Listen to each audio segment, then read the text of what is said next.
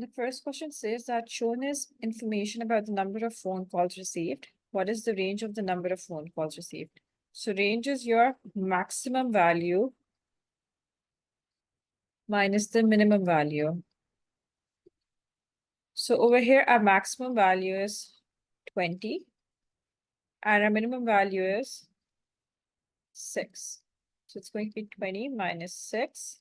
That's going to be 40. Then it says shows the information on a pin. Then it says show this information on a pictogram.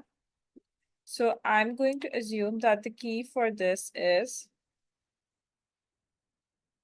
one circle represents 4 units. Thus, over here, for 12, we know 4 times 3 is 12. So I will draw 3 circles.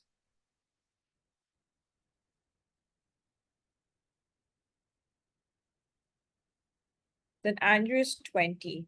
We know 4 times 5 is 20.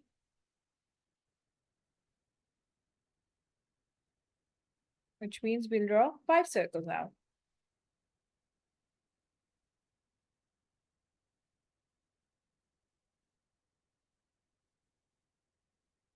Okay, then it says David, which is the frequency is 6 for David.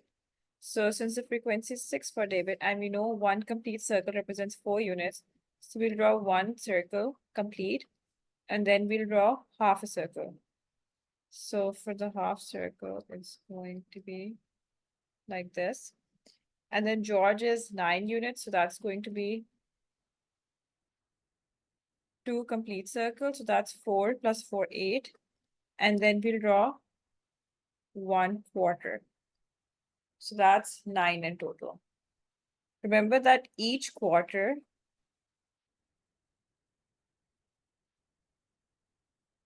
equals 1 unit. That's why 4 quarters add up to a circle and 1 circle equals to 4 units. Then it says work out 3/4 plus 5/7. So what we will do is, we can see that we're adding unlike denominators.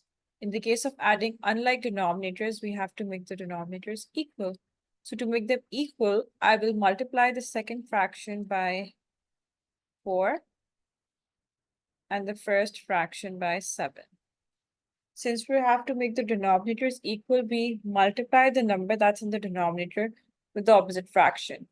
That's why the first fraction got multiplied with 7 and the second fraction got multiplied with 4. So that's going to give us 3 times 7 is 21 over 28 plus 5 times 4 is 20 over 28 again. Since the denominators are equal, we can combine it as a single fraction and write 21 plus 20 in the numerator. It's going to be 41 over 28. Now we can convert this into a mixed number because right now this is an improper fraction. Improper fraction is that fraction where your numerator is bigger than the denominator. So to convert this into a mixed number, we divide 41 by 28. We know 28 ones are 28. So if we do 41 minus 28, that's going to give us 30. So our mixed number is going to be one whole number, 13 over 28. Your quotient is always your whole number. Your remainder is your numerator and denominator remains the same. Then it says simplify m to the power of 9 times m to the power of 5. Now, whenever we're multiplying similar bases, when I say the term base, this m is your base and 5 is your power. So whenever we're multiplying similar bases, what we do is we add the powers, which is one of the rules of indices. So we're going to do m to the power of 9 plus 5. As you can see, the base is exactly the same, which is m. We're not changing the base. What we're changing is the power. So when you do 9 plus 5, that gives us 14. So m to the power of 14 is the answer to m to the power of 9 times m to the power of 5. Now, in the next question, they're dividing instead of multiplying. So in this case, we would do the opposite. We would subtract the powers. So remember, whenever we have similar bases being multiplied, you add the powers.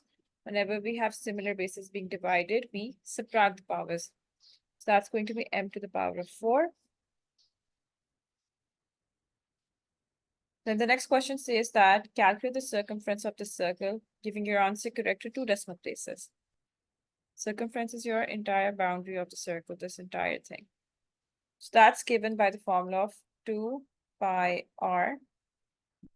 R is 7.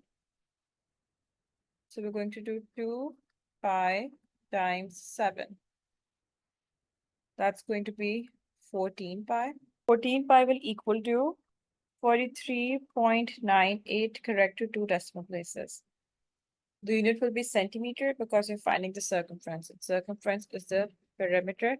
So it's going to be just centimeter, not centimeter square, because we're not multiplying radius twice.